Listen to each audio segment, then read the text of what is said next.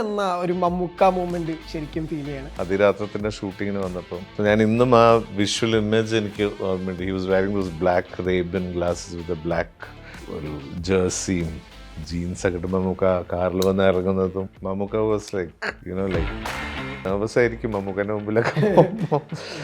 மம்முட்டி sir வரும்போது எனக்கு like அவங்களோட டைம் வேஸ்ட் பண்ணக்கூடாது பேசிக்லி. ஸோ அதனால I used to practise a lot with sir. He has a lot of patience. என்னோட എല്ലാ മിസ്റ്റേക്സുക്കും he used to do it again and again till I got it right. ഇത് പെട്ടെന്ന് plan ചെയ്തൊരു മൂവിയായിരുന്നു. ഞങ്ങൾ actually Gautam സാറിൻ്റെ അടുത്ത് ചെന്ന് ഞങ്ങൾ 2-3 കഥകൾ പറഞ്ഞിരുന്നു. സാർ അതിലേതെങ്കിലും പിക്ക് ചെയ്യുമ്പോൾ നമ്മൾ വിചാരിച്ചിരുന്നത് മൂവി ഡൊമിനിക്കിൻ്റെ ക്യാരക്ടറാണ് സാറിന് വർക്കായത്. അന്ന് റിയലി നടന്നൊരു സംഭവമാണ്. ഈ 2 പേര് ഈ ഹിറ്റ്ലറിലൊക്കെ ലാസ്റ്റ് വന്ന് ഭയങ്കര സർപ്രൈസിംഗ് ആയിട്ട് വരുന്ന അത് വിനീതേട്ടൻ വരുമ്പോൾ ഭയങ്കര സ്പെഷ്യൽ ആണല്ലോ. അപ്പം സിദ്ദിഖേട്ടൻ ചോദിച്ചു ഇങ്ങനെ നാളെ രാവിലെ ഒരു സീക്വൻസ് ഉണ്ട്, വിനീത് ഒന്ന് വന്ന് ഒരു 1 hour വർക്ക് ജസ്റ്റ് സൈക്കിളിൽ വന്ന് ഇങ്ങനെ ഇത് ചെയ്യുന്ന പോകുന്ന വഴിക്ക് അത് തീർത്തിട്ട് അങ്ങനെ ചെയ്യാം, അങ്ങനെ ചെയ്തു. Hi hello viewers, welcome to our show untold with Ajin. ഇന്ന് നമ്മുടെ കൂടെ കുറച്ച് അൺടോൾഡ് സ്റ്റോറീസ് പറയാനുള്ളത്. ഇപ്പോൾ വിനീതേട്ടൻ, സുസ്മിത ഭട്ട്, റൈറ്റർ ആയിട്ടുള്ള നീരജ് സുരിത്, സോ 4 പേർക്കും വെൽക്കം ടു ദി ഷോ. ജീവിതത്തിൽ എന്നാ ഒരു മമ്മൂക്ക മൂവ്മെന്റ് ശരിക്കും ഫീൽ ചെയ്യണം? മമ്മൂക്ക മൂവ്മെന്റ് ഐ തിങ്ക് ഓർമ്മ വെച്ച കാലം സിനിമകൾ കാണുന്നത് അല്ല. അത് മമ്മൂക്കൻ്റെ ഞാൻ വളരെ ചെറിയ പ്രായത്തിന് ഭയങ്കര ഫിലിം ബഫായിരുന്നു. സോ ഞങ്ങളുടെയൊക്കെ ടീൻസിലൊക്കെ മമ്മൂക്ക വാസ് ലൈക്ക് ലൈക്ക് ഞാൻ അദ്ദേഹത്തിന് നേരിട്ട് കാണാൻ ആ സമയത്ത് തലശ്ശേരി അതിരാത്രത്തിൻ്റെ ഷൂട്ടിങ്ങിന് വന്നപ്പം സോ ഞാൻ ഇന്നും ആ വിഷ്വൽ ഇമേജ് എനിക്ക് ഓർമ്മയുണ്ട്. He was wearing those black Ray-Ban glasses with black ഒരു ജേഴ്സിയും ജീൻസ് ഒക്കെ ഇട്ട് മമ്മൂക്ക കാറിൽ വന്ന് ഇറങ്ങുന്നതും ഇപ്പൊക്കെ ജനസമുദ്രമാണ് കാണാൻ. സോ അങ്ങനെ ഒരു മെമ്മറി എന്നാണ് തുടക്കം. പിന്നെ of course blessing of working with Mammookka later on. 4 പടം ഒരുമിച്ചിട്ടുണ്ടല്ലേ? 6 ഫിലിംസ് 6th ഫിലിം. അതെ, കുറെ വർഷം കഴിഞ്ഞല്ലോ. അപ്പോൾ ഹൗ ഡസ് ഇറ്റ് ഫീൽ? ഒരു കംബാക്ക് ഫീൽ ഉണ്ടോ? Definitely it's an honour. ഇപ്പം മമ്മൂക്കൻ്റെ കൂടെ സ്ക്രീൻ സ്പേസ് ഷെയർ ചെയ്യാന്ന് പറഞ്ഞാൽ ഏതൊരു ആക്ടർക്കും ഓണർ മാത്രമല്ല ലേണിംഗ് എക്സ്പീരിയൻസ്. ഇപ്പം എന്നെപ്പോലത്തെ ആൾക്കാർക്കൊക്കെ അത് ഭയങ്കര എൻറിച്ചിങ് മൊമെന്റ്സ് ആണ്. അദ്ദേഹത്തിൻ്റെ പെർഫോമൻസ്, അദ്ദേഹത്തിൻ്റെ ഹൗ ഹി ഹാൻഡിൽസ് ക്യാരക്ടേഴ്സ്, പിന്നെ നമ്മൾ കൂടെ അഭിനയിക്കുമ്പോൾ ഉള്ള ഒരു നമ്മളെ ഒന്ന് മോൾഡ് ചെയ്യുന്നത് എങ്ങനെ, അദ്ദേഹത്തിൻ്റെ പെർഫോമൻസിലൂടെ he'll mould his co-stars and how he makes you very relaxed and comfortable. Nervous ആയിരിക്കും മമ്മൂക്കൻ്റെ മുമ്പിലൊക്കെ ഡയലോഗ്സ് ഒക്കെ ഉണ്ടാവും, പക്ഷേ അതൊരു മാജിക്കൽ ബോണ്ടിങ് ആണ്. അത് ഇവരുടെ ഈ സ്റ്റാർ ഓറ എന്ന് പറയില്ല നമ്മൾ, that gives a lot of positive vibration to people around them also. So അത് ഞാൻ ഒരുപാട് എക്സ്പീരിയൻസ് ചെയ്തിട്ടുണ്ട്. 2 റൈറ്റേഴ്സിനോടാട്ടെ. ഇപ്പം നമ്മൾ രണ്ട് എൻഡ്സ് ഓഫ് ആൻറ്റിസിപ്പേഷൻ ഉണ്ടല്ലോ. ഒന്ന് GVM സിനിമ എന്നുള്ളത് കേരളത്തിലും ഭയങ്കരമായിട്ട് എപ്പോഴും സ്വീകാര്യത ഉള്ള സിനിമകളാണ്. രണ്ടാമത്തെ ഫാക്ടർ അല്ലെങ്കിൽ അതിനൊപ്പം തന്നെ നിൽക്കുന്ന മമ്മൂക്ക ഫാക്ടറും ഉണ്ട്. ശരിക്കും അതിൻ്റെ റൈറ്റേഴ്സ് എന്ന നിലയ്ക്ക് കുറച്ചുകൂടെ റെസ്പോൺസിബിലിറ്റി കൂട്ടിയിട്ടുണ്ടോ, അല്ലെങ്കിൽ പ്രഷറൊക്കെ വരുന്നുണ്ടോ? അവരുടെ 2 പേരുടെ ഈ എനർജിയുടെ കൂടെ ഓടിയെത്തുക എന്നുള്ളത് ഭയങ്കര ബുദ്ധിമുട്ടായിരുന്നു. അതായത് പെട്ടെന്ന് പ്ലാൻ ചെയ്തൊരു മൂവിയായിരുന്നു. ഞങ്ങൾ ആക്ച്വലി ഗൗതം സാറിൻ്റെ അടുത്ത് ചെന്ന് ഞങ്ങൾ 2-3 കഥകൾ പറഞ്ഞിരുന്നു ഗൗതം സാറിൻ്റെ കൂടെ ചെയ്യാൻ വേണ്ടി. അപ്പം സാറിൻ്റെ ഒരു ഫിലിം മേക്കിംഗ് വെച്ച് നമ്മൾ കുറച്ചുകൂടെ ഒരു സീരിയസ് ആയിട്ടുള്ള ഞങ്ങൾ 1-2 ആക്ഷൻ ത്രില്ലേഴ്സിൻ്റെ കഥ പറഞ്ഞിരുന്നു. അപ്പോൾ സാർ അതിലേതെങ്കിലും പിക്ക് ചെയ്യുന്നതാണ് നമ്മൾ വിചാരിച്ചിരുന്നത്. എനിക്കൊന്ന് സാർ അങ്ങനെ അധികം ഹ്യൂമർ ജോണിലുള്ള പടം ചെയ്യാത്തതുകൊണ്ടാണ് തോന്നുന്നത്. സാറ് ഈ മൂവി ഡൊമിനിക്കിൻ്റെ ക്യാരക്ടറാണ് സാറിന് വർക്കായത്. അപ്പോൾ സാറ് ത്രൂ ആണ് ഞങ്ങൾ പെട്ടെന്ന് മമ്മൂക്ക എടുത്തെത്തുകയും പെട്ടെന്ന് മൂവി ഓണാകുകയും ചെയ്തത്. അപ്പോൾ അതിനകത്ത് കുറച്ചൊരു ടൈമിൻ്റെ ഒരു കൺസ്ട്രെയിൻസ് ഉണ്ടായിരുന്നു. ഇനിഷ്യലി നമുക്ക് പെട്ടെന്ന് തന്നെ എഴുത്തിലേക്കും ഷൂട്ട് തുടങ്ങണം, അങ്ങനത്തെ സാധനങ്ങൾ. അതൊരു ചെറിയൊരു ഇതുണ്ടായിരുന്നു. ഗൗതം സാറ് സ്ക്രീൻ പ്ലേയിലെല്ലാം നല്ല രീതിയിൽ ഹെൽപ്പ് ചെയ്തു. അങ്ങനെ അത് ശരിക്കും ഏത് സ്റ്റേജിലാണ് നിങ്ങൾ ഡ്രാഫ്റ്റ് ആയിട്ട് ചെല്ലണേ? ഞങ്ങളുടേതായിട്ടുള്ള ഒരു വേർഷൻ്റെ ഫൈനൽ ഡ്രാഫ്റ്റിലാണ് സാറിൻ്റെ അടുത്ത് ചെയ്യുന്നത്.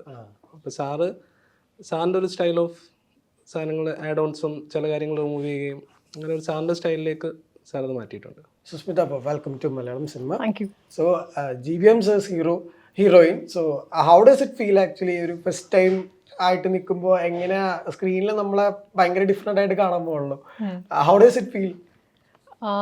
ഫസ്റ്റ് ഓഫ് ഓൾ ഇപ്പോൾ നനച്ച് பார்க்கும்போது it feels surreal, but then during the whole process of filming I was extremely scared because എന്നോട് ക്യാരക്ടർക്ക് I have to give the justification how they have visualised it how he has imagined it so அதே மாதிரி நான் இருக்கணும்னு சொல்லிட்டு ரொம்பவே பயப்படுவேன் during the shoots so இப்போ நினச்சி பார்க்கும்போது I hope it has come good நீங்களாம் பார்த்து சொன்னாதான் தெரியும் how it has come out നിങ്ങൾ രണ്ടുപേരും ആണോ തമിഴാണോ സംസാരിക്കുക? അപ്പൊ ഇവരൊക്കെ എന്താ ചെയ്യാ ആക്ച്വലി?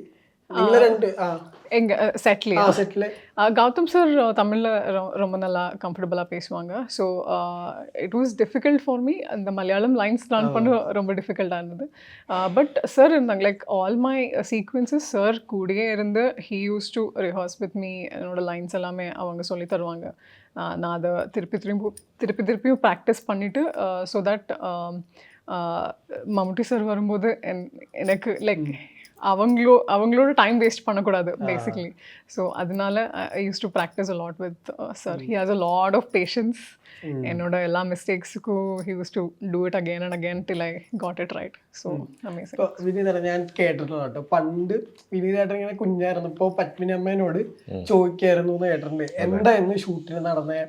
ശരിക്കും ആ എക്സൈറ്റ്മെന്റ് ആണല്ലോ പിന്നീട് ഈ ലൈഫില് ആദ്യത്തെ സെറ്റിലേക്ക് എത്തണതും ആദ്യത്തെ സിനിമയിലേക്കൊക്കെ എത്തണൊക്കെ. ഇന്നും ഒരു സെറ്റിലേക്കൊക്കെ ചെല്ലുമ്പോ അതേ ആ ഒരു ചെറുപ്പത്തിലുള്ള ആ അതേ എക്സൈറ്റ്മെന്റ് ആണ്. അതെനിക്ക് മാത്രമല്ല, അതെനിക്ക് ഒരുവിധം എല്ലാ ആക്ടേഴ്സിനും അങ്ങനെ ആയിരിക്കും. ഞാൻ എപ്പോഴും പറയുന്ന പോലെ ഓരോ ദിവസവും ഒരു പുതിയ പഠനാനുഭവമാണ് ഫോർ ആക്ടേഴ്സ്.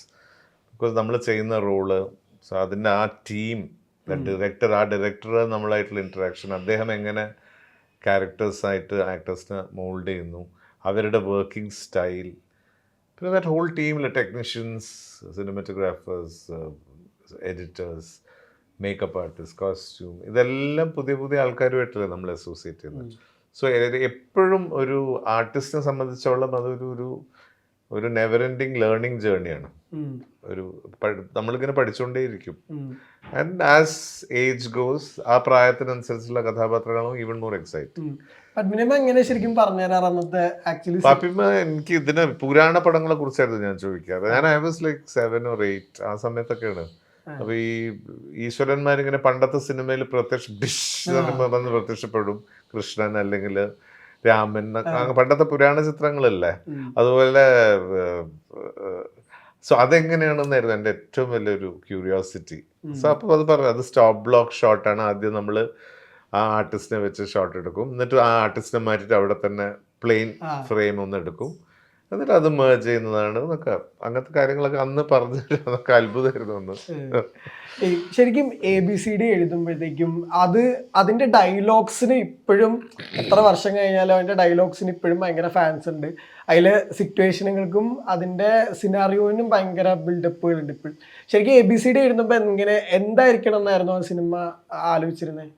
നമ്മൾ ജസ്റ്റ് അന്ന് മാർട്ടിൻ സാറ് പറഞ്ഞത്, സാർ എന്തെങ്കിലും ഒരു ഹ്യൂമർ എന്തെങ്കിലും എലമെൻ്റ് ഉണ്ടോ എന്നാണ് സാർ ചോദിച്ചത്. അപ്പോൾ ഞങ്ങൾ അന്ന് റിയലി നടന്നൊരു സംഭവമാണ്. ഈ 2 പേര് ഈ 28 രൂപയ്ക്ക് താമസിച്ചു എന്നുള്ളത് ശരിക്കും കറുകച്ചാലിൽ റിയലി നടന്നൊരു സംഭവമാണ്. ഒരു അമേരിക്കയിൽ നിന്ന് വന്നിട്ടുള്ള ഒരു മാറ്റ് എന്നൊരാളും തുഷാർ എന്നൊരു കേരളത്തിലുള്ളൊരു പയ്യനും കറുകച്ചാൽ വന്നിട്ട് ഇവർ അന്ന് 28 രൂപയ്ക്ക് ഡെയിലി ജീവിച്ചൊരു എക്സ്പെരിമെൻ്റ് ചെയ്യുകയും അത് ഹിന്ദു പത്രത്തിലൊക്കെ വാർത്തയായിട്ട് വരികയും ചെയ്തിരുന്നു. അപ്പോൾ ഞങ്ങൾ ആ വാർത്ത കണ്ട സമയത്ത് അതിനെ ഒന്ന് ചെറുതായിട്ടൊന്ന് തിരിച്ചിട്ടിട്ട് ചുമ്മാ ജസ്റ്റ് ഒരു ഹ്യൂമർ കഥ ട്രൈ ചെയ്ത് നോക്കിയാണ്. പിന്നെ ഇപ്പോൾ ഡൊമിനിക്കിലേക്ക് വരുമ്പോഴും ചെറിയ ഹ്യൂമർ ഫ്ലേവറുകൾ ഉണ്ട്. ഞങ്ങൾക്ക് ആദ്യം ഗൂഗിള് തന്നൊരു അപ്ഡേറ്റ് ഉണ്ടല്ലോ, ഇറ്റ്സ് ലൈക്ക് ഒരു പിങ്ക് പാന്തറൊക്കെ പോലെ കാണാൻ പറ്റും. സോ എന്തായിരുന്നു ഡൊമിനിക്കിന്റെ ഹ്യൂമർ മീറ്റർ എന്ന്? നമ്മൾ നോർമലി ഇൻവെസ്റ്റിഗേഷൻ മൂവീസിലൊക്കെ ലീഡ് ഇൻവെസ്റ്റിഗേറ്റർ അത്ര ഹ്യൂമറസ് ആയിട്ട് നോർമലി ട്രൈ ചെയ്യാറില്ലല്ലോ. നിങ്ങൾ അതൊരു ജസ്റ്റ് ഒരു ക്യാരക്ടറിൽ നിന്ന് ഹ്യൂമറായിട്ട് ട്രൈ ചെയ്തിട്ടുണ്ട്, ചെറിയൊരു ഹ്യൂമർ ട്രൈ ചെയ്തിട്ടുണ്ട്. ഈ മമ്മൂക്കയോട് പറയുമ്പോൾ എക്സൈറ്റ്മെന്റ് എന്തായിരുന്നു? ആക്ച്വലി അങ്ങനെ കഥ പറയാൻ പറ്റും എന്ന് തന്നെ പ്രതീക്ഷയില്ല. ഗൗതം സാറാണ് പെട്ടെന്നൊരു ദിവസം, ഞങ്ങൾ വേറെ 1-2 ആക്ടേഴ്സിൻ്റെ അടുത്ത് ട്രൈ ചെയ്തിരുന്നു. അപ്പോൾ ഗൗതം സാർ മമ്മൂക്കയുടെ അടുത്ത് പോകാമെന്ന് പറഞ്ഞപ്പോഴും ഞങ്ങൾ ആക്ച്വലി ഈ ക്യാരക്ടർ മമ്മൂക്ക അങ്ങനെ അക്സെപ്റ്റ് ചെയ്യുമെന്ന് ഞങ്ങൾക്ക് അറിയില്ലായിരുന്നു. അപ്പോൾ പെട്ടെന്ന് ദിവസം ഗൗതം സാർ പോകാമെന്ന് പറഞ്ഞു. അവിടെ ചെന്ന് കഥ കേട്ടപ്പോൾ മമ്മൂക്ക ചെയ്യാമെന്ന് സമ്മതിച്ചു. അപ്പോൾ പിന്നീട് പക്ഷേ അത് ഞങ്ങളപ്പം എക്സ്പെക്റ്റ് ചെയ്തത് ഒരു 1 yearന് ശേഷമുള്ള അങ്ങനെ ഒരു പ്രോജക്റ്റ് ആയിട്ടായിരുന്നു. പക്ഷെ ബാക്കി ചില സാഹചര്യങ്ങൾ കൊണ്ട് പെട്ടെന്ന് തന്നെ ആ മൂവി ഓൺ ആവുകയും ഒരു 30-45 ഡേയ്സിനുള്ളിൽ ഷൂട്ട് തുടങ്ങുകയും ചെയ്തു. വീരേട്ടനൊക്കെ ഏത് സ്റ്റേജിലാണ് വന്നത് ഫസ്റ്റ് തന്നെ? എന്നെ ആദ്യം കോണ്ടാക്ട് ചെയ്തിരുന്നു തുടങ്ങുന്നതിന് മുമ്പേ. അരുമ മോഹൻ ചേട്ടനാണ് ഇതിൻ്റെ മെയിൻ ചീഫ് എക്സിക്യൂട്ടീവ്. സോ അദ്ദേഹം വിളിച്ചിട്ട് ഇങ്ങനെ ഒരു പടം ഉണ്ടെന്ന് പറഞ്ഞു. പക്ഷെ എനിക്കൊന്ന് തുടങ്ങിയിട്ട് പിന്നെ കുറച്ച് കഴിയുമ്പോഴാണ് Gautham sir call me personally and he said ഇങ്ങനെയാണ്, this is a sequence and Mammookka suggested your name. So I was very excited. ഒന്ന് മമ്മൂക്ക നമ്മളെ സജസ്റ്റ് ചെയ്തു എന്ന് പറഞ്ഞത് ഒരു ഓണർ. പിന്നെ വർക്കിംഗ് വിത്ത് GVM അതൊരു ഗ്രേറ്റ് ഒരു ലേണിംഗ് എക്സ്പീരിയൻസ്. മുമ്പ് ശരിക്കും വർക്ക് ചെയ്യേണ്ട സിറ്റുവേഷനുകൾ ഉണ്ടായിട്ടുണ്ടായിരുന്നു? ഇല്ല, നോട്ട് വിത്ത് ഗൗതം മേനോൻ. പക്ഷെ അദ്ദേഹത്തിന് പല ഫങ്ഷൻസിൽ മീറ്റ് ചെയ്തിട്ടുണ്ട്. ആൻഡ് ഞാൻ എപ്പോഴും ഒരു ഭയങ്കര ഒരു സീരിയസ് റിസർവ്ഡ് ആയ ഒരു അങ്ങനത്തെ ഒരു ഇമേജ് ആയിരുന്നു അദ്ദേഹത്തിന്. ഇപ്പം പക്ഷെ when I worked with him, ഇത്രയും warm and lovable and so down to earth. അതാണ് അദ്ദേഹത്തിൻ്റെ വർക്കിംഗ് സ്റ്റൈലും. അത് ആക്ച്വലി എന്നെ അത്ഭുതപ്പെടുത്തി. കാരണം അത്ര കാമായിട്ടാണ് അദ്ദേഹം കാര്യങ്ങൾ ഡീൽ ചെയ്യുന്നതും. You never hear his sound ഒച്ചെടുക്കുന്നത് ഞാൻ ഇതുവരെ കേട്ടിട്ടേ ഇല്ല. ആൻഡ് നമ്മൾ ആക്ടേഴ്സിനാണ് ഡീൽ ചെയ്യുന്നത്. സി മോർ ദൻ എനിത്തിങ് അതൊരു പ്രോസസ്സാണ് ആക്ച്വലി. അത് ഞാൻ ഭയങ്കരമായിട്ട് enjoy the directors read. And അതുപോലെ ഇദ്ദേഹത്തിനെ പോലത്തെ ഒരു വെറ്ററിൻ്റെ കീഴിൽ ആ മോൾഡ് ചെയ്യുന്നത് എന്ന് പറയും നമ്മൾ. അപ്പോൾ എനിക്ക് ഏറ്റവും അധികം ഇഷ്ടപ്പെട്ടത് അദ്ദേഹം അഭിനയിച്ച് കാണിക്കലല്ല, but he will show you what it is. So ആ എക്സ്പ്ലെയിനിങ് സമയത്ത് തന്നെ ചില സ്പാർക്സ് ഇങ്ങനെ വരും, അത് നമ്മൾ പിടിച്ചോളണം. അപ്പൊ അതിൽ ചെയ്യേണ്ട ചില കാര്യങ്ങൾ അദ്ദേഹം, because is also very fine tuned actor ആണല്ലോ അദ്ദേഹം. അത് എക്സാക്ട്ലി അത് ചെയ്യണം എന്നുള്ളതല്ല, പക്ഷെ അദ്ദേഹം അത് എക്സ്പ്ലെയിൻ ചെയ്യുമ്പോൾ തന്നെ നമുക്കിങ്ങനെ അതിൽ നിന്ന് ചില സ്പാർക്സ് അദ്ദേഹം നമുക്ക് ഇട്ട് തരും. ഈ രണ്ട് ടൈപ്പ് ഡയറക്ടേഴ്സിന്റെ കൂടെ ഒക്കെ വർക്ക് ചെയ്തില്ല. കാരണം ഹരിഹരൻ സാറിനെ ഞാൻ കേട്ടിട്ടുണ്ട്. അതായത് അദ്ദേഹത്തിന് ഭയങ്കര കമാൻഡ് ആയിരിക്കും സെറ്റില്. അതായത് at the end of the day പുള്ളിയുടെ സൗണ്ടും അല്ലെങ്കിൽ എല്ലാം കൊണ്ടും പുള്ളിയുടെ പ്രസൻസ് ഭയങ്കര ഇമ്പോർട്ടന്റ് ആയിരിക്കും. അതേസമയം ഈ സൈഡിൽ കുറച്ചുകൂടെ കാമായിട്ടുള്ള അങ്ങനെയല്ല. ഹരൻ സാറിനൊന്നും അങ്ങനെ പ്രസൻസ് കമാൻഡ് അങ്ങനെയൊന്നും അല്ല. അത് അദ്ദേഹത്തിന്റെ that discipline of working. Hariharan സാറിന്റെ എന്ന് പറഞ്ഞാല് എങ്ങനെ ആർട്ടിസ്റ്റ് ആണ്, നമ്മൾ ഡയലോഗ് മെമ്മറൈസ് ചെയ്തിരിക്കണം. He will handle you, especially juniors. ഞങ്ങളെപ്പോലത്തെ ജൂനിയേഴ്സിനെ ഏത് തരത്തിൽ മോഡ്യുലേറ്റ് ചെയ്യണം, എന്താണ് ടൈമിങ്, വളരെ ഡീറ്റെയിൽ ആയിട്ട് വളരെ ക്ഷമയോടുകൂടി പഠിപ്പിച്ചു തന്നിട്ടുണ്ട് ഞങ്ങൾക്ക് എല്ലാവർക്കും. ഒന്ന് ഇമാജിൻ ചെയ്ത് നോക്കും, മോനിഷ് 15 വയസ്സായ ഞാനും 13 വയസ്സായ മോനിഷിനെയും MT സാറിൻ്റെ നക്ഷത്രങ്ങളിൽ ആ കഥാപാത്രങ്ങളാക്കി അദ്ദേഹം മാറ്റി എന്നുള്ളതാണ്. It's a great task. So അവിടെ ആ hats off to those great masters. അവരെത്രത്തോളം കൺവിക്ഷൻ ഉണ്ട്, അതിൽ എത്രത്തോളം അവർ പ്രിപ്പയർ ചെയ്തിട്ടുണ്ടാവും അങ്ങനെ ചെയ്യാം. അങ്ങനെ ഒരു ദിവസം വന്ന് വെറുതെ ഒരു സീൻ എടുത്ത് വായിച്ചിട്ട് ചെയ്യുന്നില്ല. എത്രയോ ദിവസം ഇത് അവർ തമ്മിൽ ഡിസ്കസ് ചെയ്ത് they would have planned everything. So അത് ഇറ്റ്സ് ഒരു തപസ്യ പോലെയായിരുന്നു. സോ അത് ആ ഡിസിപ്ലിൻ ആണ് അത്, ദാറ്റ് വർക്കിംഗ് ഡിസിപ്ലിൻ എന്ന് പറയില്ല നമ്മൾ. അത് എല്ലാ ഗ്രേറ്റ് മാസ്റ്റേഴ്സിലും ഞാൻ കണ്ട് അനുഭവിച്ച് വളർന്ന ഒരു ആർട്ടിസ്റ്റാണ് ഞാൻ. ശരിക്കും എന്താ ക്യാരക്ടറിനെ പറ്റിയിട്ട് ഫസ്റ്റ് വിളിച്ചപ്പോൾ പറഞ്ഞിട്ടുള്ള ഇങ്ങനെയാണ് എന്താ പറഞ്ഞ ഒരു സംഭവം? Meaning how he explained characters. So என்னோட ஆடிஷனுக்கு கூப்பிட்டப்போ என்னோட ஆடிஷன் எல்லாம் முடிஞ்சதுக்கப்புறம் அவங்க கேரக்டர் எல்லாமே எக்ஸ்பிளைன் பண்ண ஸ்டார்ட் பண்ணாங்க. So it was a very casual. என்னோட பார்ட் எது இருக்கோ அது மட்டும்தான் சொன்னாங்க. லைக் இப்படி தான், this is how it will affect your character, will affect the movie அப்படின்னு என்னோட கேரக்டர் கொஞ்சம் டீட்டெயில்டாக எக்ஸ்பிளைன் பண்ணாங்க through out the movie. So yeah, அதை கேட்டுட்டு like coming from Gautam sir himself was like a big wow for me. And him explaining how I will impact through the movie that was also a pretty amazing experience to hear from him. And ചോദിച്ചോ എന്താ എന്നിൽ കണ്ടൊരു ഭയങ്കര factor എന്ന്, എന്താ means Y മീന്ന് ചോദിച്ചോ സാറിനോട്? why me? Unfortunately, I couldn't. I should ask this question. What did he see in me, and like, what did he like? It's a nice question. I have to ask him next time I meet. But yeah, I mean, even I did not think, you know, the audition aanadhukku appuram, even I did not think they would pick me. But I know it's a blessing, whatever I've got till date. So even this I consider as a big blessing. Yeah. നിങ്ങൾ രണ്ടുപേരും എങ്ങനെയാ writing process actually? അധികം യാത്രകൾ ഒരുമിച്ച് ചെയ്യാറുണ്ട്. പിന്നെ night time, ഇപ്പോൾ വീട്ടിൽ കുഞ്ഞുങ്ങളുണ്ട്, അവരുടെയൊക്കെ പരിപാടികളെല്ലാം ഒഴിച്ച് ഇപ്പോൾ ഞങ്ങൾ രണ്ട് ബൈ പ്രൊഫഷൻ ഡോക്ടേഴ്സാണ്. അപ്പോൾ ആ തിരക്കുകളെല്ലാം കഴിഞ്ഞ് ഹോസ്പിറ്റലിലെ പരിപാടികളും എല്ലാം കഴിഞ്ഞിട്ട് നൈറ്റാണ് അധികം കിട്ടാറുള്ളത്. ഒരുമിച്ചിരുന്ന് സിനിമകൾ കാണാറുണ്ട്, ചിലപ്പോൾ നൈറ്റ് പുറത്തോട്ട് പോകാറുണ്ട്, അല്ലെങ്കിൽ ഒരുമിച്ചുള്ള യാത്രകൾ. അങ്ങനെ കിട്ടുന്ന ഐഡിയാസാണ് ഷെയർ ചെയ്യാറുള്ളത്. ഈ ഇത്ര വലിയ ഗ്യാപ്പ് ഭയങ്കര ഒരു ചോദ്യമാണല്ലോ, ABCD കഴിഞ്ഞിട്ട്. കാരണം അത് അത്രയും വലിയ ഹിറ്റായിരുന്നു എന്നുള്ളത് ഒരു വലിയ പോയിന്റ് ആണ്. സോ ചോദിക്കാറുണ്ട് ഈ കാലയളവിലൊക്കെ. അതായത് ഒരു ഫുൾ മൂവി ചെയ്യാനുള്ള ടൈം അതിനിടയിൽ ഞങ്ങൾക്ക് കിട്ടിയില്ല. കാരണം ഞങ്ങളുടെ രണ്ടുപേരുടെയും ഒരു കോളേജ് ടൈം എൻഡ് ചെയ്യുന്ന ആ ഒരു ടൈമിലാണ് ABCD ഉണ്ടാകുന്നത്. അപ്പോൾ അത് കഴിഞ്ഞിട്ടായാലും ഹയർ സ്റ്റഡീസിന് പോയി, പിന്നെ ഫാമിലി ബിസിനസ് ഉണ്ട്, അതിൻ്റെ ഹോസ്പിറ്റൽസിൻ്റെ കാര്യങ്ങൾ അപ്പം നോക്കണമായിരുന്നു. പിന്നെ നീരജിന് അത് കഴിഞ്ഞ് ഗവൺമെൻറ് സർവീസിലേക്കാണ് നീരജ് കയറുന്നത്. അപ്പോൾ പുള്ളിക്ക് ഒരു ട്രാൻസ്ഫറിന് വേണ്ടി പിന്നെ വെയിറ്റ് ചെയ്യേണ്ടി വന്നു, കാരണം ഒരുമിച്ചുള്ള ടൈം വളരെ കുറവായിരുന്നു. പക്ഷെ ആ സമയത്തും സിനിമയിൽ തന്നെ നിൽക്കാനാണ് ശ്രമിച്ചത്. അപ്പോൾ ഇരട്ടയുടെ കോറൈറ്റേഴ്സായിട്ടായാലും ഞങ്ങൾ സിനിമയിൽ തന്നെ ഉണ്ടായിരുന്നു. പക്ഷെ ഒരു ഫുൾ മൂവി, ഒരു ഫുൾ സ്ക്രിപ്റ്റിനുള്ളൊരു ടൈം പ്രയാസമായതുകൊണ്ടാണ് അങ്ങനെ ഒരു റിസ്ക് എടുക്കാതിരുന്നത്. അത്രയും ഡിസ്റ്റൻസിൽ ഇരുന്ന് ഒരു പടം ഓപ്പറേറ്റ് ചെയ്യുന്നത് പ്രയാസമാണ്. ഈ ശരിക്കും GVM സിനിമയിലെ റൈറ്റേഴ്സിന്റെ റോള് എങ്ങനെയായിരിക്കും എന്നൊന്ന് പറഞ്ഞു. എങ്ങനെ, how does he deals with അല്ലെങ്കിൽ ബാക്കിയുള്ള റൈറ്റേഴ്സ്? സാറ് അല്ല, ആക്ച്വലി ഗൗതം സാറ് വെന്തതിനത്തെക്കാട്ടിൽ മാത്രമേ നേരത്തെ ഫുൾ റൈറ്റിംഗ് ഉള്ളെന്ന് തോന്നുന്നു. നോർമലി ഞങ്ങൾ ആക്ച്വലി ഞങ്ങളുടെ വേർഷൻ എഴുതിയ ശേഷം ഞങ്ങൾ സാറിന് അയച്ചു കൊടുക്കും. അത് സാറിന് മലയാളം അത്ര സ്പീഡിൽ വായിക്കാൻ അറിയില്ല. അപ്പോൾ നമ്മൾ നോർമലി മംഗ്ലീഷിലൂടെ ആക്കി കൺവേർട്ട് ചെയ്ത ശേഷം സാറിന് അയച്ചു കൊടുക്കും. അപ്പോൾ സാർ അതൊരു സാറിൻ്റെ വേർഷനിലേക്ക് മാറ്റേണ്ട സീനുകൾ സാറിൻ്റെ വേർഷനിലേക്ക് മാറ്റിയിട്ട് നമുക്ക് തിരിച്ചയച്ചു തരും. അതിനുശേഷം നമ്മളൊന്ന് സാറിൻ്റെ കൂടെ ഡിസ്കസ് ചെയ്ത് വീണ്ടും വേണ്ട കറക്ഷൻസ് വരുത്തിയിട്ട് ഞങ്ങൾ പിന്നെ ഒരു ഫൈനൽ ഡ്രാഫ്റ്റ് ചെയ്തിട്ടുണ്ട്. എങ്ങനെ ഡയലോഗ്സ് ഒക്കെ വരുമ്പോഴത്തേക്കും ചോദിക്കോ, ലൈൻസ് ഭയങ്കര ക്ലിയർ? അങ്ങനെ സാറിന് ഭയങ്കര ഫ്ലുവൻ്റ് ആയിട്ട് മലയാളം അറിയാം. നമ്മൾ വളരെ അപൂർവമായിട്ടുള്ള ചില വേർഡ്സ് അല്ലാതെ സാറിന് മലയാളം ഭയങ്കര ഫ്ലുവൻ്റ് ആയിട്ട് അറിയാം. അങ്ങനെ വാക്കുകളുടെ മീനിങ് ഒന്നും സാർ ചോദിച്ചിട്ടില്ല. നമ്മൾ എക്സ്പെക്ട് ചെയ്യുന്നതിനേക്കാളും ഭയങ്കര ഫ്ലുവൻ്റായ മലയാളം സാറിന് അറിയാം. കുറച്ച് സ്ലോ ആയിട്ട് വായിക്കാനും അറിയാം. അപ്പം അങ്ങനെ കമ്മ്യൂണിക്കേഷൻ പ്രശ്നമൊന്നും വന്നില്ല. സാറ് മലയാളം വായിക്കും. പിന്നെ ചില സീൻസൊക്കെ നമ്മൾ വോയിസ് റെക്കോർഡ് ചെയ്ത് അയച്ചു കൊടുക്കും. സാറിന് കുറച്ച് കൺവീനിയൻ്റ് ആയിക്കോട്ടെ എന്ന് വെച്ചാൽ. വിനീതന്റെ ക്യാരക്ടർ ശരിക്കും കോമ്പിനേഷൻ സീനുകൾ ഉണ്ടോ? ഉണ്ട്. പിന്നെ ആൻഡ് ഞാനിതിലൊരു CEO, ഒരു NGO ഉണ്ട്, ഒരു പ്രകാശ് എന്ന് പറഞ്ഞൊരു ക്യാരക്ടറാണ്. It's a nice character actually. പടത്തിൻ്റെ ഡീറ്റെയിലേക്ക് പോകുന്നില്ല, because of course I have some very interesting scenes with Mammookka as an actor. അത് ഭയങ്കര എൻറിച്ചിങ് ആയിരുന്നു. ഈ ഹിറ്റ്ലറിലൊക്കെ ലാസ്റ്റ് വന്ന് ഭയങ്കര സർപ്രൈസിങ് ആയിട്ട് വരുന്ന അത് വിനീതേട്ടൻ വരുമ്പോൾ ഭയങ്കര സ്പെഷ്യൽ ആണല്ലോ ആ ടൈമിലൊക്കെ. അപ്പോ ആ സമയത്ത് എങ്ങനെയാ ശരിക്കും അതൊക്കെ ചെയ്യാൻ?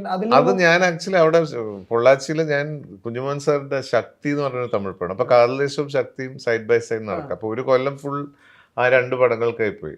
അപ്പൊ ശക്തിയുടെ ഷൂട്ടിംഗ് നടക്കുമ്പം സിദ്ദിഖ് ലാൽ, ടീം, മമ്മൂക്ക എല്ലാവരും അവിടെയാണ്. അപ്പൊ അന്ന് 2 ഹോട്ടൽസേ ഉള്ളൂ, Shakthi and one more hotel Money's എന്ന് പറഞ്ഞ. പൊള്ളാച്ചിയിലെ 2 ഈ ഹോട്ടലിലാണ് ആർട്ടിസ്റ്റ്. അപ്പൊ മമ്മൂക്ക ഒരു ഹോട്ടലിൽ, മുകേഷ് ഏട്ടനുണ്ട്. അപ്പൊ താഴത്തെ റൂമിലാണ് ഞാൻ. അപ്പൊ ഞാൻ മുകേഷ് ഏട്ടനെ കാണാൻ പോയി സംസാരിച്ചു. അപ്പൊ സിദ്ദിഖ് ഏട്ടനെയും കാബുളിവാലൊക്കെ കഴിഞ്ഞ ടൈമല്ലേ.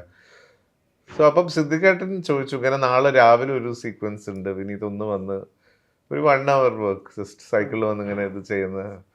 ഞാൻ പറഞ്ഞു മോസ്റ്റ് സെർട്ടൻലി. ഞാൻ ഉടനെ നമ്മുടെ പ്രൊഡക്ഷൻ ടീമിനെ വിളിച്ച് കുഞ്ഞുമോൻ സാറിന്റെ ഡയറക്ടറോടും അപ്പോഴും സാർ നിങ്ങൾ അത് മുടിച്ചിട്ട് വാങ്ങ, നാங்கள் അതുക്കുള്ള വേറെ ഏതാவது മാനേജ് பண்ணிட்டு പോകുന്ന വഴിക്ക് അത് തീർത്തിട്ട് അങ്ങനെ ഞാൻ അങ്ങനെ ചെയ്തതാണ്.